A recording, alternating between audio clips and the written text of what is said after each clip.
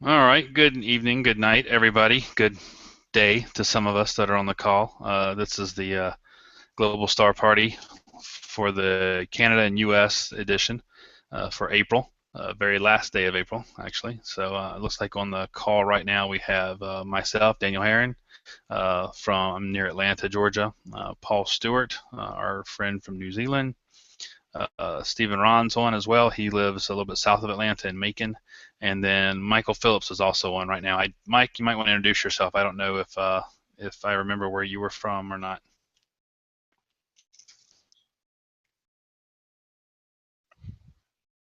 Okay, I don't know if Mike's audio is working or not. We'll see if we can figure that out. So I know for Stephen and I, we are under clouds right now, so we don't have any live views to show, but we can share some pictures we've taken. We were at a camp out last month, about 3 weeks ago, at a star party, so we got lots of images there, so we can definitely show you those.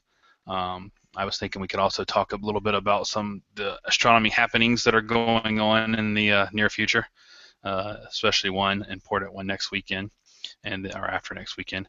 And then I kind of have a little bit of a show and tell gadget that I was going to talk about here that Stephen and I both have gotten and played around with. So before we get into all that, though, I just wanted to, I think, Paul, do you have a live view right now? I do. Okay, let's take a look at that. Maybe we'll hear from Mike here in a second. Yes, currently the sun is actually out, which is quite amazing. So we're looking at it and through calcium K at the moment. Got some nice sunspots there. It actually does have a good splattering of sunspots. There's no big ones, but there's a nice grouping of small ones right across the disk.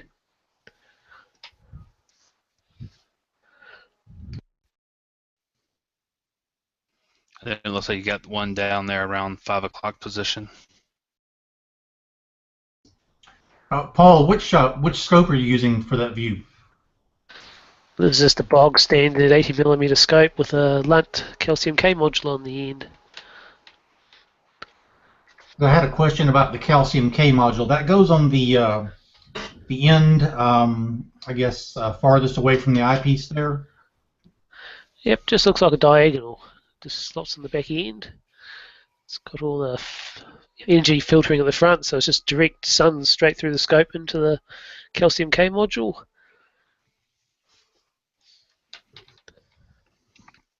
Hey, can you guys hear me now? Oh, yeah, we can. Hey, Mike. Hey, Mike. Oh, there we go. Okay, I must have had the wrong microphone picked when I joined in the first time. So yeah, I've been around from a long time ago when this was the virtual star party underneath Fraser and the Universe Today, and I think his kind of fizzled out a little bit. And I know you guys picked this one up, and this was traditionally over the last. I think you've been doing this one a year or so now. It's been a rough time slot for me to get on this one, and the other one's just too darn early for me. And then I'm like, okay, well I'll make time, but it's cloudy, and it's just that's no fun either. But I think my kids are getting a little older now, and so even though I don't have clear skies tonight, I thought I would show you some work that I had, I think, a week or two ago, and maybe do a little live processing. So give me a minute, Okay. and I'll fish some of those pictures Yeah, out. just let me know whenever you're ready. We can switch over to your share and then take a look at it. Okay. Where are you located? Oh yeah, I'm in central North Carolina, not too far from you guys. Okay. Well, far Okay. Yeah. enough, but So in the you're global under sense, close. you're under the same clouds and front moving through that we are then. Oh yeah, and it looks nasty for the rest of the week too. So get my video game disc out or Yeah. something here. I don't know. All right, let me see what I can find here. All right, Paul. What was that? You just switching to a different view? Yep, just tuning in the H alpha. Okay.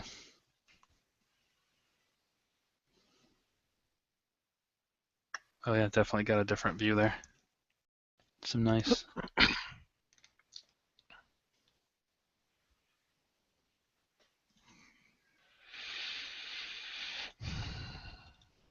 Those little bright areas there are really nice. The little dark lanes as well.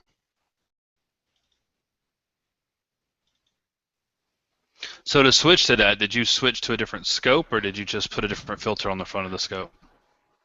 Yeah, I've pulled the camera out and stuck it in a different scope, a Lunt LS80. Yeah, I thought I saw it kind of go black there for a second and then pop back in. That is really cool. I don't think I've seen the sun in 3 or 4 days now. It was out a little bit earlier here today. What is it? We were out. Lucky you. We were out doing a little bit of yard work right before it started raining, and we were thinking we were going to get lucky and be, in overcast skies and not the sun beating down on us, but it decided to peek through and make us work. So, Stephen, did you want to share any pictures while Michael is still getting his stuff together? Yeah, give me just a second. I got a couple of open clusters I'd like to show you. I got one of mine up here. All right, okay, here, let me switch over to your name here. Let me get this out of the way. Wish I could get my lower third to work, but it's not working. All right. So, I think I'm seeing what you're showing us now. So yeah, this was the 18th, which is, almost 2 weeks ago now. And I actually got 4 planets in one day, and I hesitate to show you the Mercury picture I got early in the day, and then Jupiter's out late in the evening, and then Mars comes up, and then I got a Saturn photo that I'll share you afterwards. But this is one of the, I think this is only the second view I've had, but I take, I'm a mono imager too, and so I take a red, green, and a blue, which are down here on the bottom, and then I take an infrared. So what you see here is it's a true RGB with infrared as luminance. And then I do a bunch of other little processing tricks on it, and maybe we could take a look at that. But I was pretty happy with the way this came out. Yeah, that is really clear. Yeah, thank you. It was actually just fairly average seeing.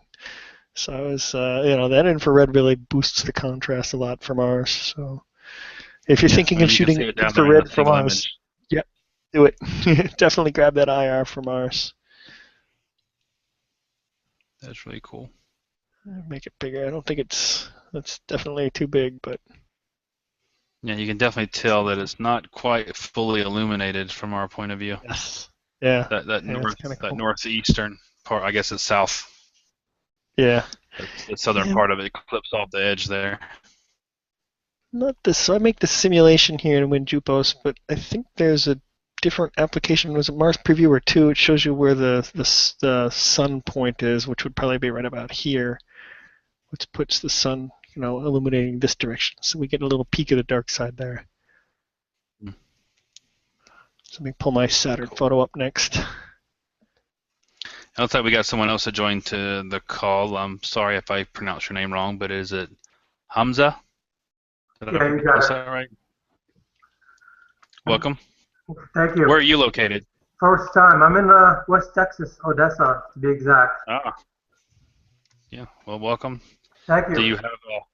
Do you have clear skies there tonight, or are you clouded over as well? I'm using a new software that I just bought. It's called Prism. Mm-hmm. And that's what I'm doing tonight. It's something called the King Drift Method. Oh, yeah. Okay. That's a nice view of Saturn there, Michael. Well, thank you. I was, I have a lot of trees where I am, and so I purposefully moved after I imaged Jupiter, went back to bed for 3 hours, shot Mars until it hit the meridian, and then was like, oh, look, Saturn's right behind it. That's awesome. I'm like, that's not a star that's supposed to be there. So I took my chances and shot it for better part of, I don't know, half hour, 45 minutes before giving up and going back to bed, and it was fairly average seeing for this too, but I was pretty happy with the way it came out in the end. Looks pretty decent. I'm a Planetary guy. So I shot all these with my 14-inch Newtonian and ZWO optical ASI 174 USB 3 camera.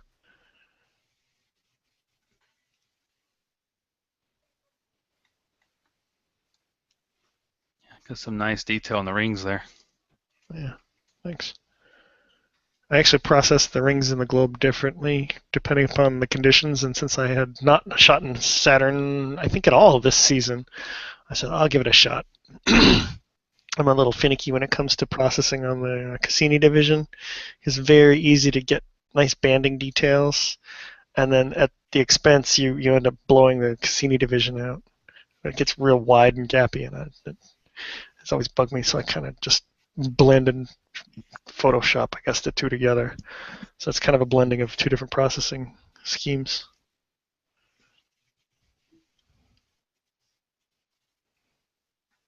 Russell's joined as well. Welcome, Russell.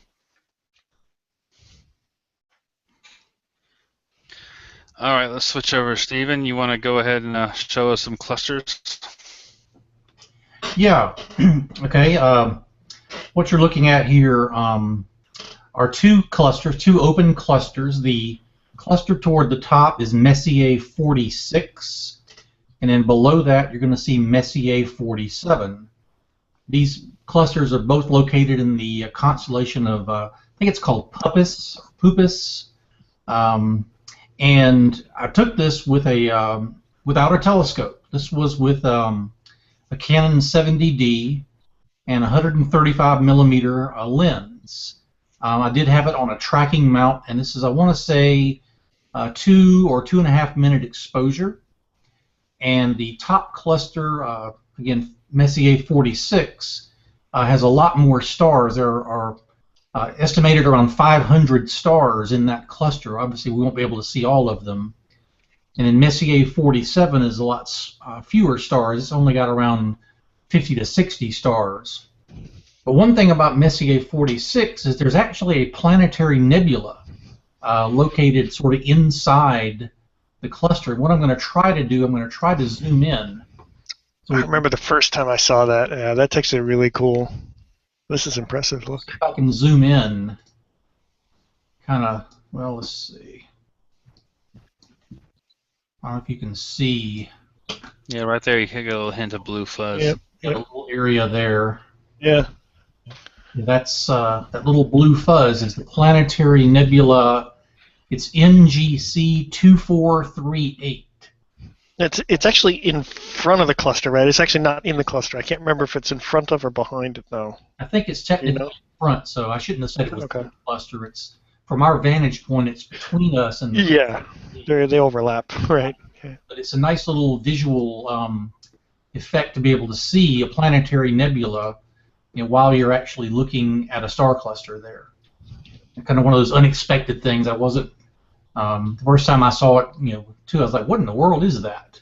Mm-hmm. It's cool, right? In fact, planetary nebula is basically, if I remember correctly, a star that has used up all of its fuel and sort of expanded out into a large blob of gas, which I believe is what our sun will eventually do. Other planetary nebula, famous ones like the Ring Nebula, the Dumbbell Nebula, those are some of the more famous planetary nebula that are out there. So I'll kind of get back to the cluster here. The thing about these clusters is this is a really good binocular target. Or actually, you can see both of these with probably a 10 by 50 size, kind of a medium, I guess, size binoculars there. And some people say this sort of reminds them a bit of the double cluster over in Perseus. But these are a little bit bigger and kind of more spread out than the double cluster there. Thanks for sharing, Stephen. That's a nice image. All right, Hamza, did you have anything you wanted to share? I mean, I can share what I'm doing, but it's not anything that I have done yet. Okay. I could do that. So I have a remote connection to my laptop. It's sitting in the back. It's closer to the telescope. Now I'm using my desktop, so I'm not sure if it's gonna mirror. Okay. Let's give it a shot. Yeah, let's see what happens. Screen share. There we go. Maybe I'll do it. See my screen? Yes, I see the software. Okay, this is called Prism. It's a complete software that I was debating about for a while, and then I decided to buy it. Think about it as kind of middle ground between Matching DL and the SkyX. If you look over here, you'll see the sky chart, which is extremely comprehensive. And if I put all the catalogs, it'd pretty much be a white blob. is how much data it has in it. What I'm doing right now is something called the King drift method, and I found it to be a lot easier than conventional drifting. So I have a G11 outside and an ED127 Explore Scientific on it with an ADIC 3A3 on the back. So what you do is you take an exposure, select this. You guys see my cursor, right? Yes. Oh, okay, take an exposure, and what you do is you go into here, the telescope, and then you go into the King method. And what it is, if you look in the sky chart, what it's going to do is going to take a picture here, and it's going to let it drift for 2 or 3 minutes, and then it'll tell you to point to the same star again, and when you do, it's going to know exactly how far the offset is, and it'll draw an actual square, which you take the star to, and I found it to be extremely accurate, actually. So you guys can keep presenting. I'll start this because he's going to need at least 5-10 minutes to see some results, and then I can screen share again to see what that's actually doing, if you want to do that. All right. Russell, before I go to my little show and tell thing that I wanted to talk on, do you have anything you wanted to share? Apparently so. Looks like you got some live Jupiter there. Yeah, I have some live Jupiter. Very nice. And Russell, remind me where you are? Nova Scotia. Oh, okay. That's why you can see Jupiter. Yes, yeah. Because it's clear up there. Yeah, it's a nice night. It's starting to cloud over though. I was supposed to get some good seeing to get some Mars and Saturn this morning, but it's not going to happen. Yeah, seeing The clouds Jupiter's bouncing around there a little bit too, so it's seeing definitely not superb right now. No. The scope is cool too. I left it out for an hour before I came out, so Cool. that's all bad seeing there. So are you just doing live viewing here to show us? Or are you actually recording right now, Yeah, I'm or going to are you image. just playing? I'm going to image. Okay. Yeah, I'm going to image while I'm here. Okay. Well, cool. Thanks for sharing. No problem. All right, so let me see if I can do this. All right, so you guys are seeing me now, right? I do. I don't Okay. imagine So, you just sorry the lighting is so bad. I'm not in a dark room. The lighting is just really bad in this room. But I wanted to kind of show you this little gadget that Stephen and I recently purchased. It's called a Pole Master. You can see it here from QHYCCD. You can look at it on their website and get some more information about it. But this is really, really cool gadget. Costs about $300 or so once your scope. But what this is a camera. You can kind of see the lens there that goes on the front of your mount, really covering the hole of where your polar outlet or your polar scope goes. So it goes on the front of your mount, and you align your telescope to Polaris, or if you're in the southern hemisphere, the closest spot to the center of rotation, and hook it up to your computer.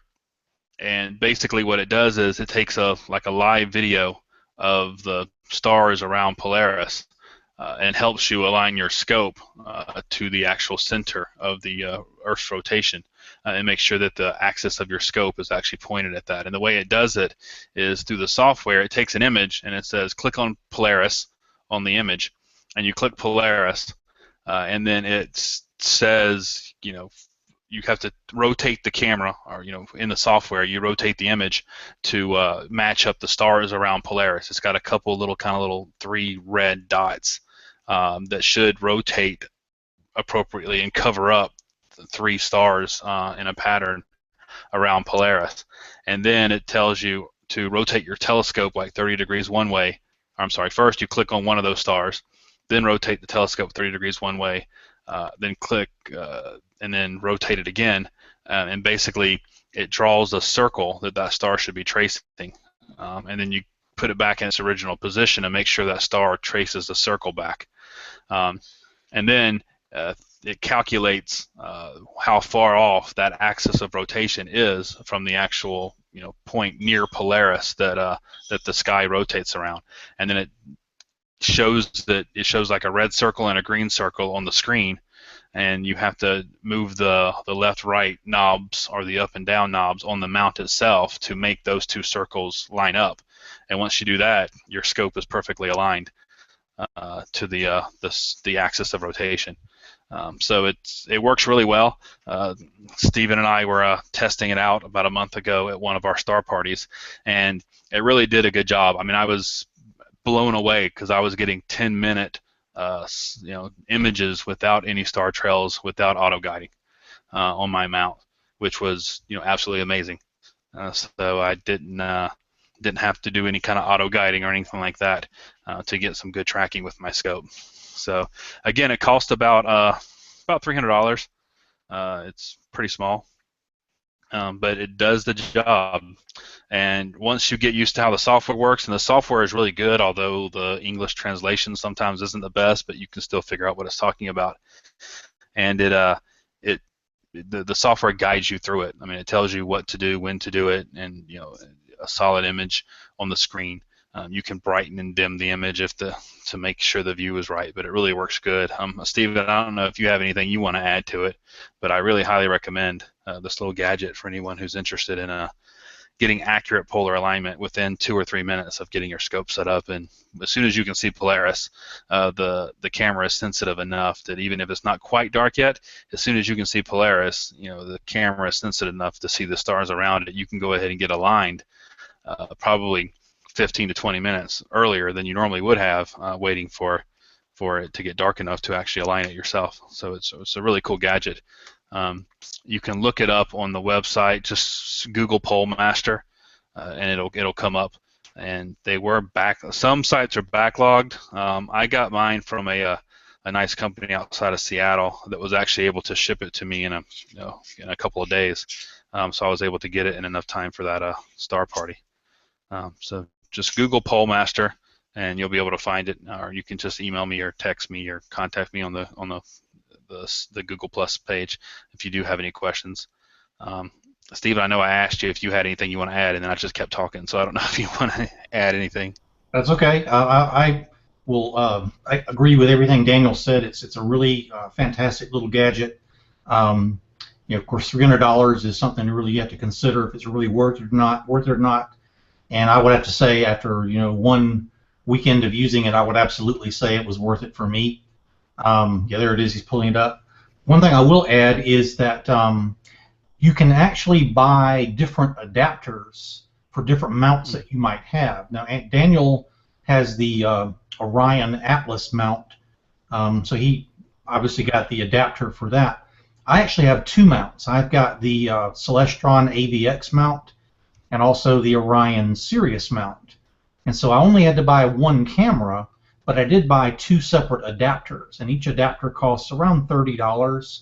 So I can use the same camera, the same PoleMaster camera, to align the AVX to begin with, then just pop the camera out and into the adapter for the other mount, and then align the Sirius mount. So you really need one camera, even though you might have multiple mounts, but you will need to get a different adapter for each mount. The adapter does sort of screw into the end, like Daniel said, where your polar scope goes. So the adapter sort of is screwed in there, so you'll want to leave that there. It's got a little cover so you won't let any dust in. It also has a hole in it, so you can still use the polar scope.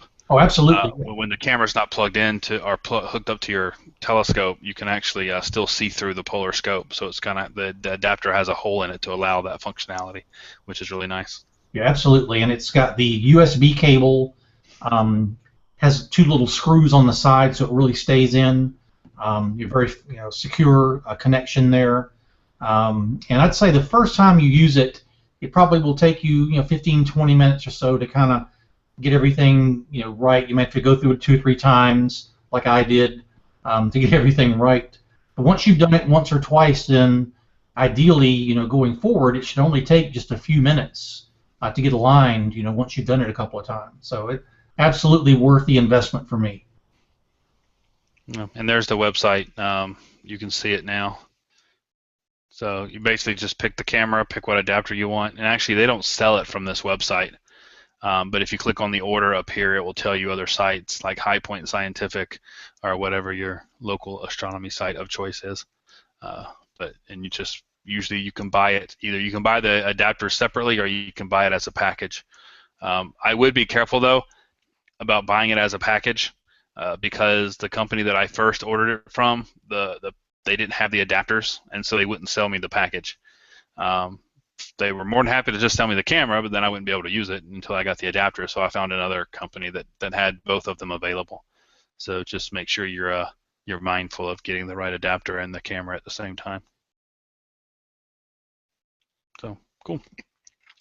Any questions? Feel free to ask. Otherwise, I will stop sharing and then we'll run over and see. I've got something to add to that, just for information purposes. Like right now, I'm at latitude 31, which is West Texas, and I'm looking through 1.7 air masses, meaning that with the pole master, the higher your latitude, the better it's going to work, because you're looking through less air the higher the latitude. Yeah. So if you're at 45 or 50, please hurry. But if you're at 10, yeah, there'll be something to think about. And I had a QHY5L, the mono is extremely sensitive, but the drivers were, first of all, they're not native English speakers, even though Astro Factor sells them. But you go through the driver, and sometimes you're just lost. It's just a bunch of words, and it makes no sense. Yeah. And their drivers, a word of caution, I sold my QHY and bought a Lodestar X2. I just bit the bullet, ripped the Band-Aid, and bought it. Because I know Starlight Express has some solid drivers that work for both Mac and PC. Yeah. Some people have some I will say that this camera it worked immediately on my Mac and on my Windows computer without any issues whatsoever. And like I said, the English, sometimes the directions, like it'll say stuff like "look for the Polaris" or "have you found success" in some of the translations, which are actually pretty funny to read. But it is still understandable and it does still work. So I would highly recommend it to anybody. All right, the truth about me is that Murphy likes me a lot more than a lot of people. If there is anything wrong with it, I will find it. That's just how it works. So when they came out with the first version, a lot of people had real struggled first adapters. It was a beautiful concept out of the box. It should have been made a long time ago. Yeah. You can waste 45 minutes drifting, or you can buy that. Yeah. Hey, Paul, did you have an image you wanted to share? You zoomed in? I just zoomed in a bit with the Barlow. Yeah. Apologies for the extra sunspots. There's a few dust bunnies on that camera. Yeah. Well, if you can't find sunspots, you can always make some. Yeah. But it looks like you got some prominences there on the edge. Just the little faint ones. Unless those are smudges on your screen as well. Yeah. There's a couple of little ones. Oh, yeah, there you go. Yeah, little ones there, yeah. Kind of cool. All right, Russell, did you have anything you wanted to share? Anything else? Just the live Jupiter for tonight. Okay. All right, we'll switch over to Michael. I think he looks like he's got a Jupiter image. That's not live. Yeah. No, this is not live, unfortunately.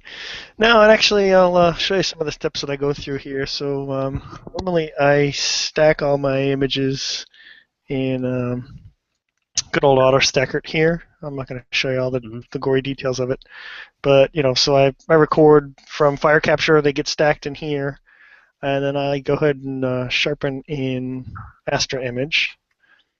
And then when I'm done in Astro Image, I have essentially a bunch of, let's see,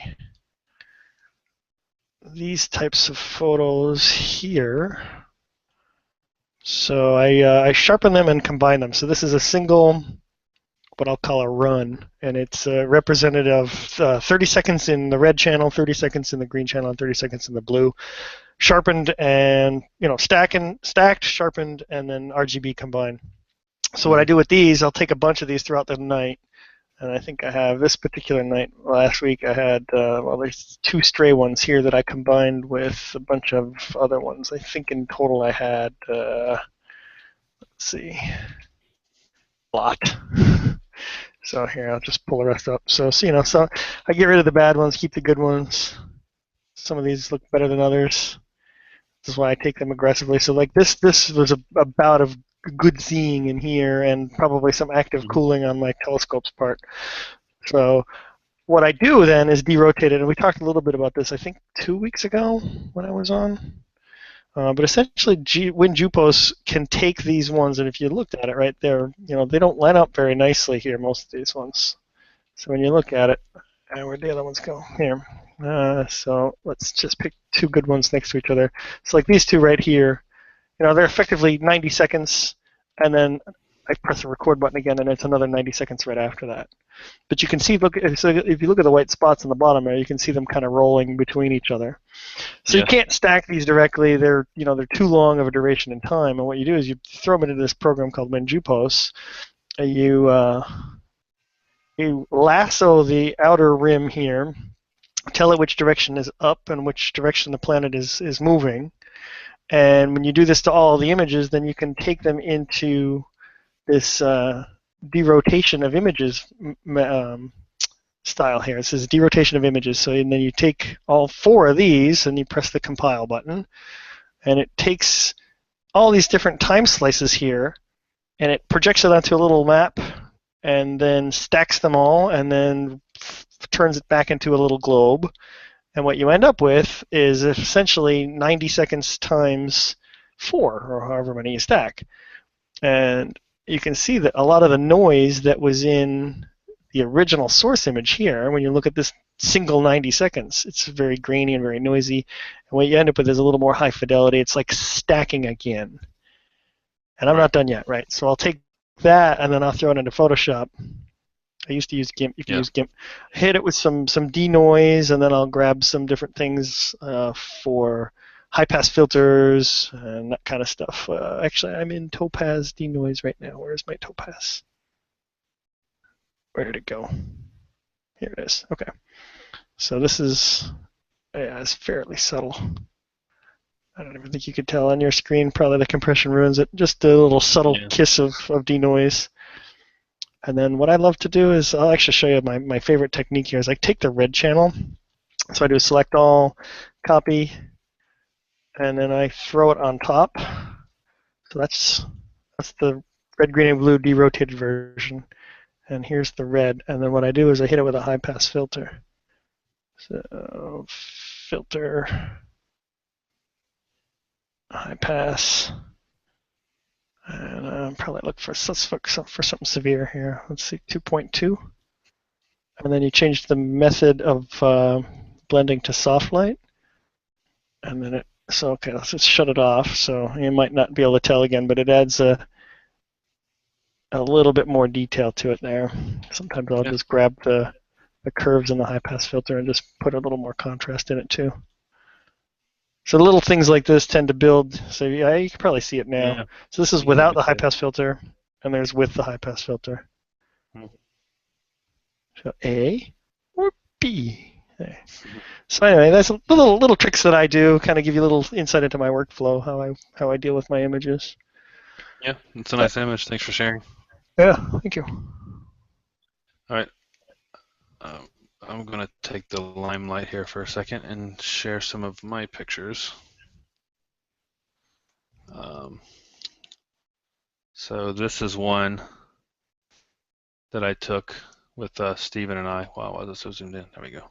Nice. At the Astronomy Village, the Deer Lick Astronomy Village in Georgia, where our camp out was last month. So this is M81 and M82. I forgot the details here. Yeah, this is 5 10-minute exposures with no auto guiding stacked on top of each other. You got these weird loops here because of the nearby stars in the lenses, but what kind of mount are you using? It was Atlas EQ6. Nice. Yeah.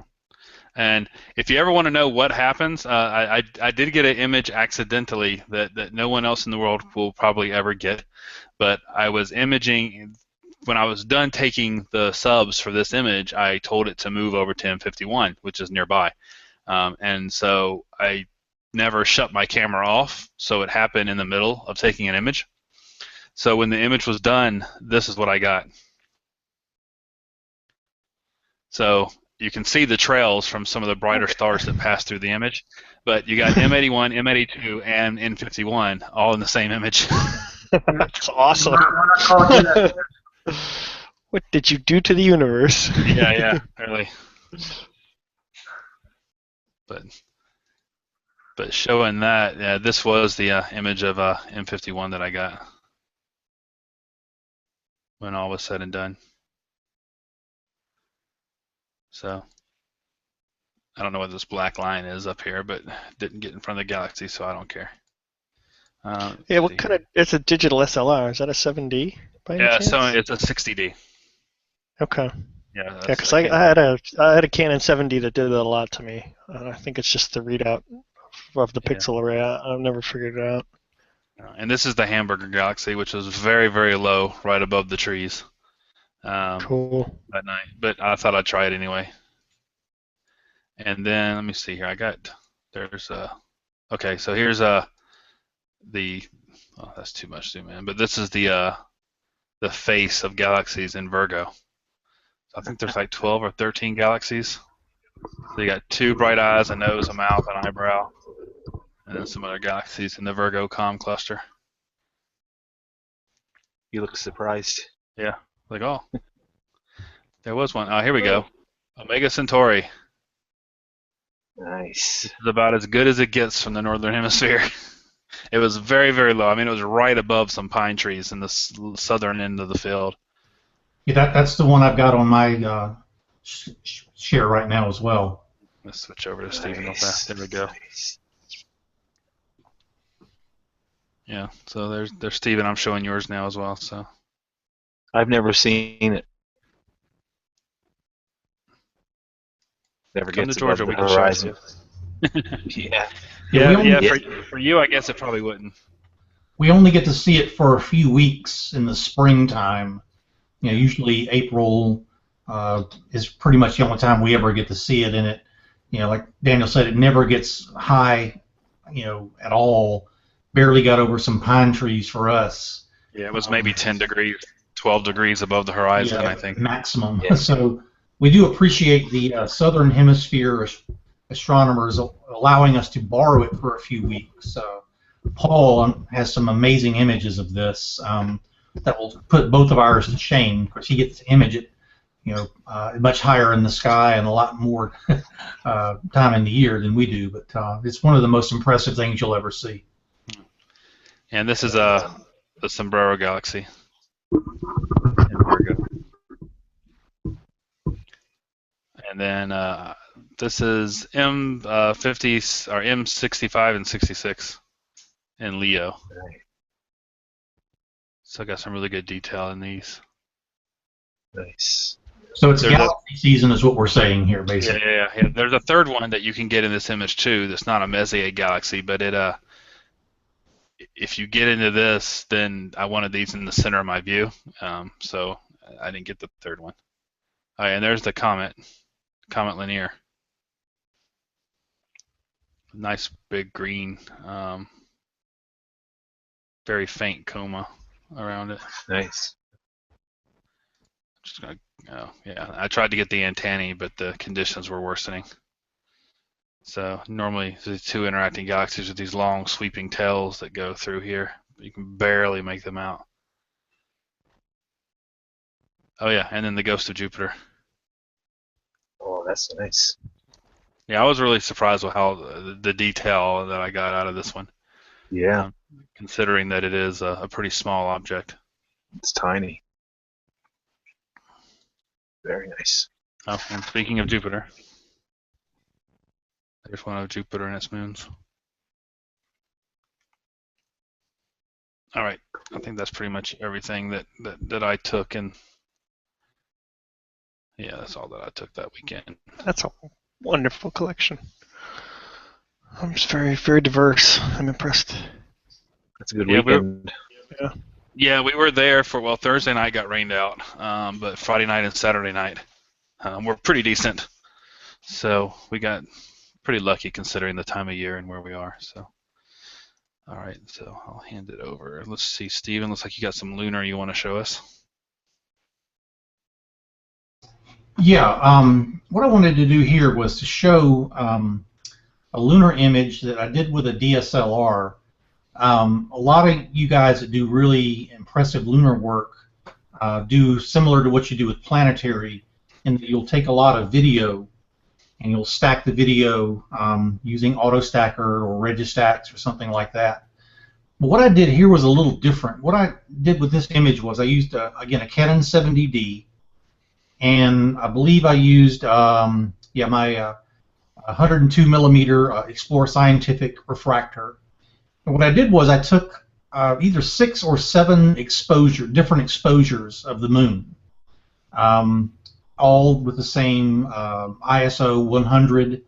And then what I did was I combined the images using a program called Photomatics Pro. Photomatics Pro is basically known as an HDR program, high dynamic resolution, I believe it stands for. A lot of people use them for daytime photography to bring out really dramatic details in the sky, or landscape photos. But what this allows me to do is to take some exposures that are pretty high or longer exposures that are sort of almost like overblown, and then combine with darker exposure so that it balances everything out. So I do still get some pretty good detail, especially along the terminator there. So this is, instead of stacking several hundred frames of video, I stacked, I think this was 6 images just using a regular DSLR connected to my refractor. And I didn't have any tracking or anything with this either. So if you're looking to get into some basic astrophotography and you don't have tracking available, but you have a DSLR and a scope, you might want to consider this technique of taking multiple exposures and just combining them with a program similar to Photomatics Pro. It's not a very expensive program, maybe I want to say $70, $80, but there are a lot of other ways you could combine, even using Photoshop, to get the extended dynamic range there. Yep, that's a nice image. Let's switch over to Russell. I think he's got some Jupiter shots, and then we'll go through some shots of Flickr group. So it looks like this is one that, Russell, you just took of Jupiter? Yeah, I just shot this one just while we were doing the party. Nice. So, Jupiter and Io. Very cool. Stacked and Nice. just stacked, no post. Quick and dirty. Quick and dirty. Nice. Cool. All right, let's switch back over. You don't want to see me. Let's switch back over. Here we go. This is an outstanding image by Corey Schmitz in South Africa. That's in the Flickr group. Get the melogenic clouds there and the sweeping galaxy. He's kind of low on the details here, but 28 panel mosaic of the Milky Way arcing over Drakensberg Amphitheater in South Africa. It's a beautiful place. Yeah, it's a nice image. It's the second highest waterfall in the world. Where he's camping right there, he's camping right on the edge of the waterfall. So does it fall down like right through here? Yeah, Oh, like cool. it's 1,300 feet straight down. Wow. Yeah. All right. Here's a shot by Matthias. Nice. M51. Wide field. Yeah. Very Let me nice. just go back to the group here. There was a couple more. Oh, come on. Yeah, here we go. Always a favorite of mine, some star trails. Tundra Schmitz. Where were That's these? unbelievable. Did it say where these were? Oh, same place. I guess she was Yeah. with, yes, they're together. I'd like to give a little plug to Tanya and Corey. They recently have put together an amazing website that would be great for anyone learning how to do this. I believe it's just called photographingspace.com.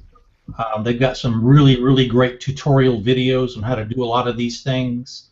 So if you're not familiar with Tanya and Corey, again, look up photographingspace.com and see some of the amazing things they're doing. Yeah, there it is right there. Yeah, fantastic stuff here. They're not only are they very good at doing the work themselves, but they're really dedicated to helping others learn how to do it as well. And here's a nice image. Paul Swift. Wow. Really, really zoomed in of California. The California nebula. Yeah, Paul's amazing. Wow, jeez. Got all the detail there from Spain. Yeah.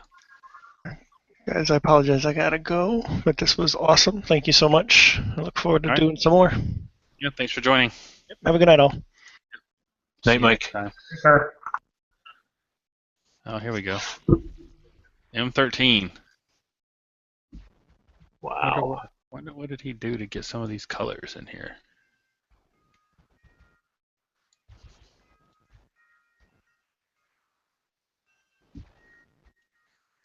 He's a great imager, Paul. Well, 20 hours of integration time will help. Yeah, I guess so. Yeah. Yeah, he's Oh, that's a cool series. Is anything there from Sarah Wager? She's amazing too. Yeah, let me take a look. There's the one from Dieter. That's nice. Tanya followed her website and she keeps swearing it's the last change to her setup. She kept changing now. She wants from the Avalon. I think she got something else now. Here we go. Oh, no way. She's an amazing imager. Amazing. She did, yeah. She's built an observatory. She's fixed now. Very talented. There's the pinwheel. Yeah, it's Sarah. just... Look at the clouds and the dust and... Yeah, she got the meso mouth, I think. Nice.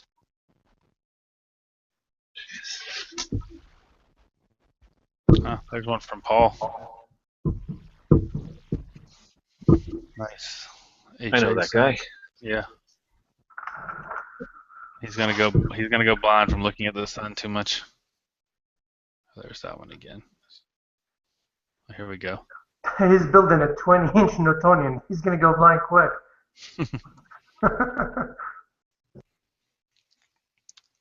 Chris Kennedy there. Zoomed in on some solar filaments. I've got one more to share whenever you get a minute, no hurry. Okay. Here's a favorite, the Ring Nebula by David.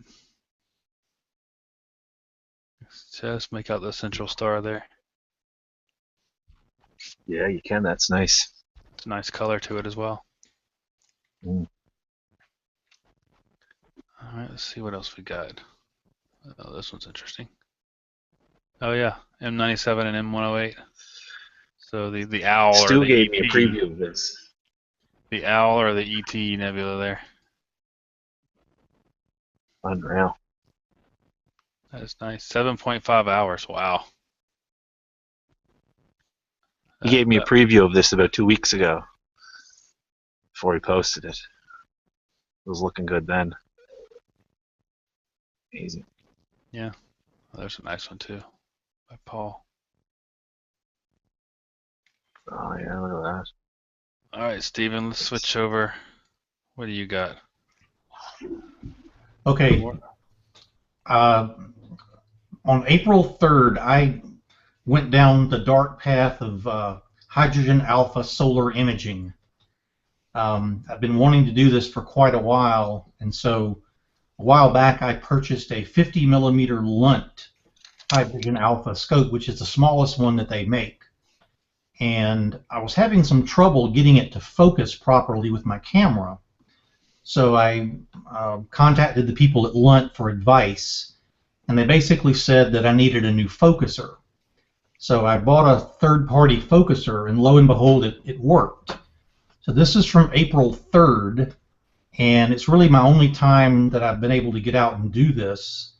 And with some advice from Paul Stewart, who's been amazing at helping me out with this. This is the first image I've been able to get with the. I have a ZWO ASI camera. It's a color camera, And this is, I want to say, around 800 frames of video. And I did use Auto Stacker to stack it.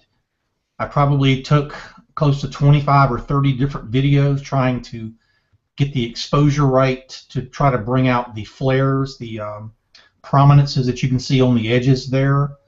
But after a lot of trial and error and a lot of work with processing, and I finally got something that I'm sort of proud of here. So this is the first of hopefully many more solar images. Again, this is from April 3rd, and there was a lot of activity, as you can see, going on around the sun that day. So it was a good day to have my first image. Congratulations. I guess welcome to the light side. Yeah. Basically, Paul was trying to tell me now I don't have to do it at night anymore, but yeah. Unfortunately, I think I will be doing both. Give it, you know you want to. But I do really appreciate all Paul's help on this, and couldn't have done it without you, Paul. Speaking of the sun, I wanted to take a few minutes to talk about the event that's going to happen on May 9th.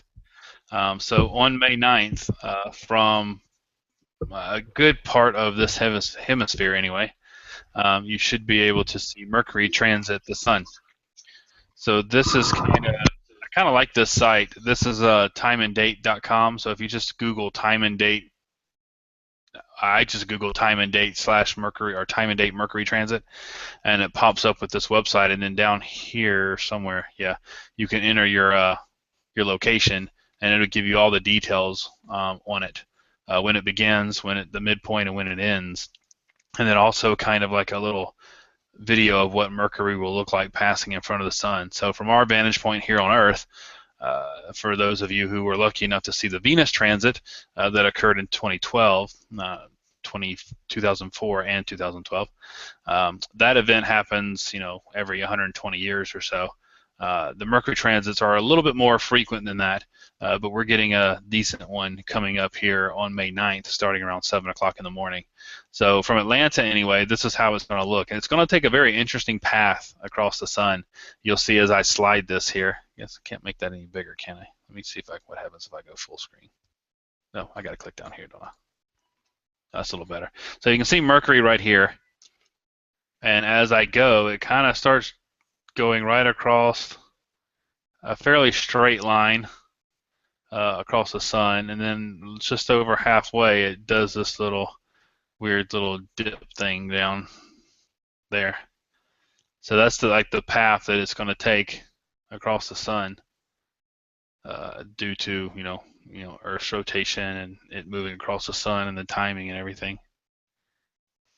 So over the course of about 6-7 hours, it's gonna make first contact right there and then go loopy, and then kind of makes the last contact right there.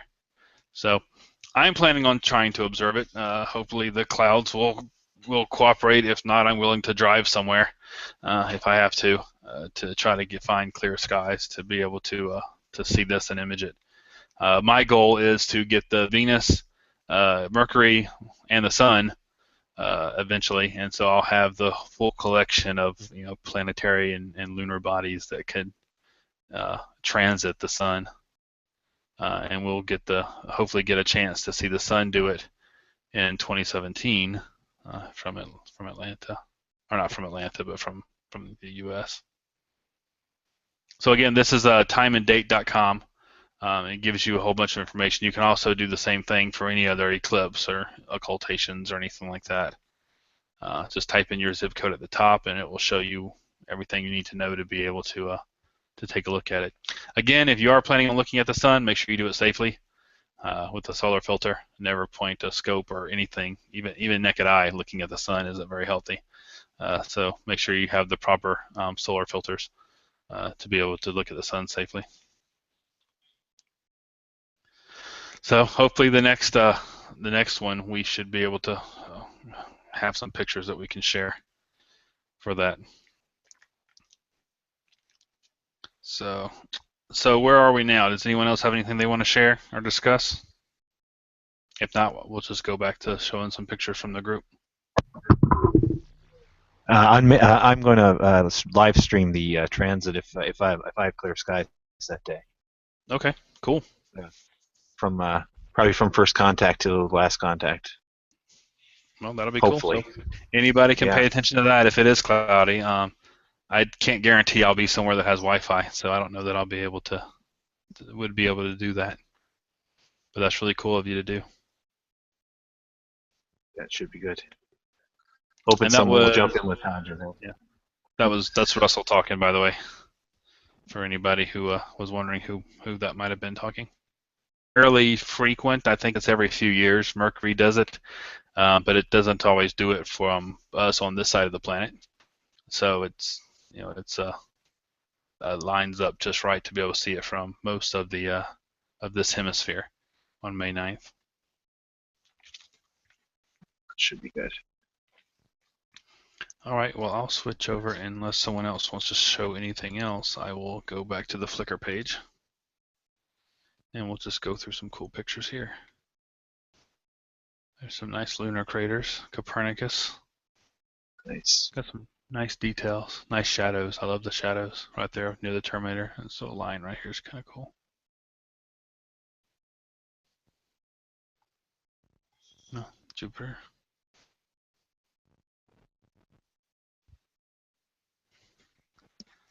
Yeah, I love the variety that we get posted. You know, you got sunspots, you got lunar, you got galaxies, you got the moon, you got airplanes flying from the moon, you got Mars. So it's a good variety. Oh, look at this detail here. This guy, man, I swear, he's just looking at the sun all the time. Another one from Paul. Come on.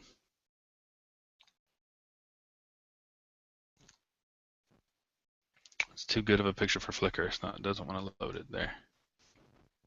See it pretty good right there, though. Nice. Cool. And this is another kind of image you can do if you don't have any sophisticated equipment. Nothing needed here but a camera and timing to be able to see the International Space Station flyover. So this is one by Andy M. The ISS flying just underneath the moon. Looks like it's a 16-second shot of the ISS flying over. And you can use like Heavens Dash Above or Cal Sky to calculate when the ISS is going to fly over, or any number of apps for your phone will help calculate it for your location as well. Oh yeah, then here we get into all my pictures we've already seen. This is a nice one of the moon by Shahrin Ahmad. I hope I'm saying that right. If not, I'm sorry. Nice shot. Well, we are nearing the end of the show. Does anyone else, before we close out, have anything else they want to mention or discuss or share? Oh, we're good. Okay. I'll just add a couple of things. We are coming up in the next couple of months on what we call opposition for a couple of planets. We have Mars opposition is going to be on May 22nd. And what that means is that when a planet is at opposition, it means that we are basically between that planet and the sun. So that planet will rise around sunset and be in the sky all night. It also means it's at its closest approach for the year. So if you want to image Mars, the best night to do it would be around midnight on May 22nd. And then in June, we've got Saturn opposition coming up on June the 3rd. So those will be all good summertime planets. Of course, Jupiter is in the sky right now, up high when it gets dark. So good time for some planetary imaging if you have time to do that. Yeah, I think Jupiter was in opposition like at the end of January or February, I think. So its opposition is past, but now the next one is Saturn and Mars coming up. So yeah, thanks for sharing, Stephen. I would have forgotten to mention that. Okay. Well, I have it at just before 11, So if no one else has anything else, I guess we'll just go ahead and close up shop here for the night. And then thank everyone for joining. Thanks for the sharing of the views. Thanks for posting your pictures on Flickr. Thanks for all the insight and the comments on the technology we use and upcoming events. I appreciate everyone coming on board and sharing everything. So Stephen, Paul, Russell, everybody, thanks for joining. Hamaz, sorry, didn't mean to forget you there. Thanks for joining and sharing. Hopefully we'll see you at the next one. Thank you. Good night. Good night, everybody.